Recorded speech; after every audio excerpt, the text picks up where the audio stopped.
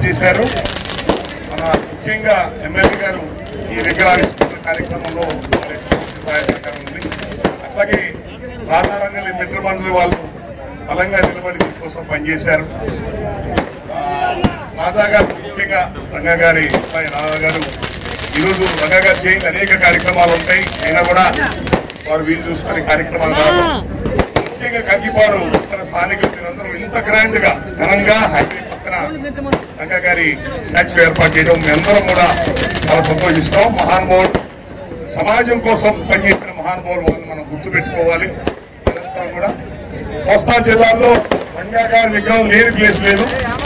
ఈ మధ్యకాలంలో విజయనగరం శ్రీకాకుళం జిల్లాలో కూడా రంగా గారి విగ్రహాలు పెట్టారు. ఈ రోజు పర్టికులర్ గా చిత్తూరు జిల్లా తంబాలపల్లిలో కూడా అంగళ్ళ ఏరియాలో ఈరోజు రంగా గారి విగ్రహావిష్కరణ జరిగింది. రాయలసీమ జిల్లాలో కూడా జరుగుతున్నాయి.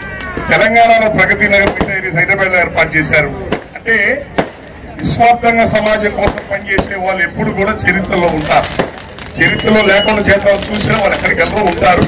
మనందరూ గుండెల్లో ఉన్నారు. ఆయన నింపిన స్ఫూర్తి ఈ రోజు పేద బడుగు బలహీన వర్గాలు ఇంత బలంగా పనిచేస్తున్నాయంటే ఆ మహానుభావుడు నింపిన స్ఫూర్తి ఆయన త్యాగమే మనందరినీ ఇంత సర్వీసెస్ గా బలంగా ఐకమత్యంగా ముందు నడుపుతుంది.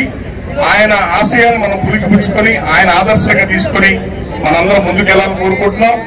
మీరందరూ ఈ మధ్య కాలంలో జరిగిన ఎలక్షన్ లో ఇంత అఖండమైన మెజారిటీ, అద్భుతమైన మెజారిటీతో ప్రజలు వన్ సైడ్ గా తీర్పిచ్చారని చెప్పారంటే దాంట్లో రంగా గారి స్ఫూర్తి బలంగా ఉంది. ఈ కూటమిలో ఈ రోజు ఇంత మంచి గెలుపు వచ్చిందంటే రంగా గారి స్ఫూర్తి ఉంది. ఆ స్ఫూర్తితో ఐకమత్యంగా ఈ పేద బడుగు బలహీన వర్గాలందరూ కూడా కలిసి ముందుకెళ్లాలని చెప్పని కోరుకుంటున్నాం. Thank you very much.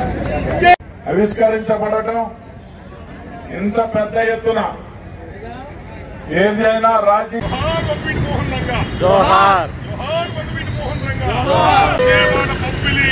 Mohan Ranga